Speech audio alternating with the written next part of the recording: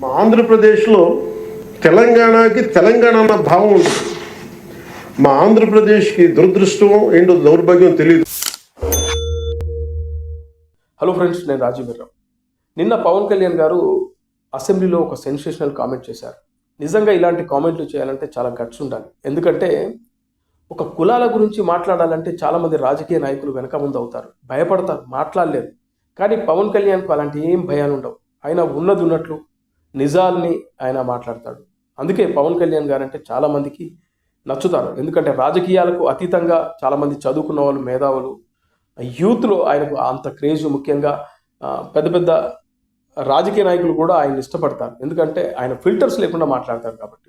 ముఖ్యంగా ఆయన చేసిన కామెంట్ ఏంటంటే, ఆంధ్రప్రదేశ్లో కులాల చుట్టూ రాజకీయాలు తిరుగుతూ ఉంటాయి, కానీ తెలంగాణలో నా తెలంగాణ అనే ఫీలింగ్ ఉంటుంది. ఆంధ్రప్రదేశ్లో అలాంటి ఫీలింగ్ ఉండదు. కేవలం కులాల మధ్యన కొట్టుకు చావడమే. మా ఆంధ్రప్రదేశ్లో తెలంగాణకి తెలంగాణ అన్న భావం ఉంటుంది. మా ఆంధ్రప్రదేశ్కి దురదృష్టం ఏంటో దౌర్భాగ్యం తెలియదు. మాకు కులాల భావం తప్ప మేము ఆంధ్రులు అనే భావన మాకు లేదు. ఒకే ఒక్క చోట ఆంధ్రులు అనే భావం ఎక్కడ వస్తుందంటే, విశాఖ స్టీల్ ప్లాంట్ ఒక్క దగ్గరే ఆంధ్రులు అనే భావన వస్తుంది. ఇది పవన్ కళ్యాణ్ గారు చేసిన కామెంట్స్. నిజానికి ఇది వాస్తవం. ఎందుకంటే ఆంధ్రప్రదేశ్లో ఏ రెండు కులాల మధ్యన కూడా సఖ్యత ఉండదు. ఇప్పుడు కమ్మ, కాపు మీ అందరికీ తెలిసిందే. ఈ కమ్మ కాపుల మధ్య ఆధిపత్య పోరు ఇవాళ కొత్తగా వచ్చింది కాదు. అందుకే ఈ కాపులు ఏమంటారంటే, కమ్మోళ్ళు ఎప్పుడు డామినేట్ చేయాలని చూస్తారు అని. ముఖ్యంగా వాళ్ళు ఎంతసేపు మేమే గొప్పోళ్ళం అనే ఫీలింగ్లో ఉంటారు అనేది కాపులు మాట్లాడుతున్నమాట. అలాగే కాపుల విషయానికి వస్తే, వీళ్ళు కమ్మలతో సఖ్యతగా ఉంటారు, వీళ్ళని ఎప్పుడు చిన్నచూపు చూస్తారనే ఫీలింగ్ కాపుల్లో బలంగా ఉంది. అది కాకుండా కాపులకు బీసీలకు పడదు. ఎంతసేపు ఈ కాపుల బీసీల మధ్యన ఆ మధ్యలో ఒక గీత ఉంటుంది. అలాగే ఎస్సీలకు బీసీలకు ఆంధ్రప్రదేశ్లో పడదు. ఇలా ఆంధ్రప్రదేశ్లో ఎప్పుడు కులాల చుట్టూ ఈ రాజకీయం తిరుగుతుంది కాబట్టి ఇది ఆంధ్రప్రదేశ్కు మంచిది కాదు. కులాలు కలిసిపోయినప్పుడే రాష్ట్రం బాగుంటుంది, రాష్ట్రం అభివృద్ధిలోకి వస్తుంది అనేది పవన్ కళ్యాణ్ గారి ఆవేదన.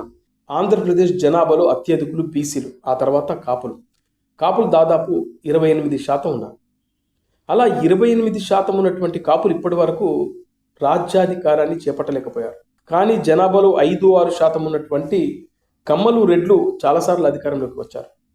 అలాగే కాపులు, బీసీలు ఏకమైతే అధికారం వన్ సైడ్ ఉంటుంది.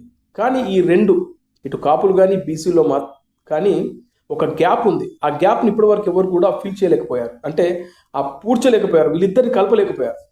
అలాంటి ఆలోచన ఇప్పటి వరకు ఎవరు చేయట్లేదు. వాస్తవానికి ఆంధ్రప్రదేశ్లో కాపులను, బీసీలను ఏకం చేస్తే అది నెక్స్ట్ లెవెల్ ఉంటుంది. ఆ తర్వాత ఎస్సీలు, ఎస్టీలు, మైనారిటీలు, వీళ్ళు అప్పుడు కాంగ్రెస్కు అనుకూలంగా ఉంటే ఇప్పుడు వైఎస్ఆర్సీపీకి అనుకూలంగా ఉన్నారు. ఇలా ఆంధ్రప్రదేశ్లో కులాల చుట్టూ రాజకీయాలు తిరుగుతూ ఉంటాయి. అందుకే పవన్ కళ్యాణ్ గారు ఇటు తెలంగాణ, ఆంధ్రప్రదేశ్ను కంపేర్ చేసింది అందుకే. ఇక తెలంగాణ విషయానికి వస్తే, తెలంగాణలో ఎంతసేపు కులాలు, మతాల ఫీలింగ్ కన్నా మా ప్రాంతం అంటే ప్రాంతీయ వాదం ఎక్కువగా ఉంటుంది.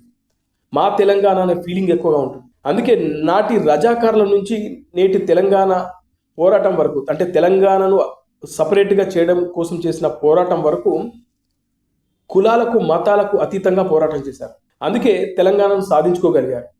కానీ అలాంటి ఫీలింగ్ ఆంధ్ర జనాల్లో ఉండదు. ఎంతసేపు కులాలు, మతాల చుట్టూ కొట్టుకోవడమే. అందుకే పవన్ కళ్యాణ్ గారు ఇలాంటి ఒక కామెంట్ చేశారు.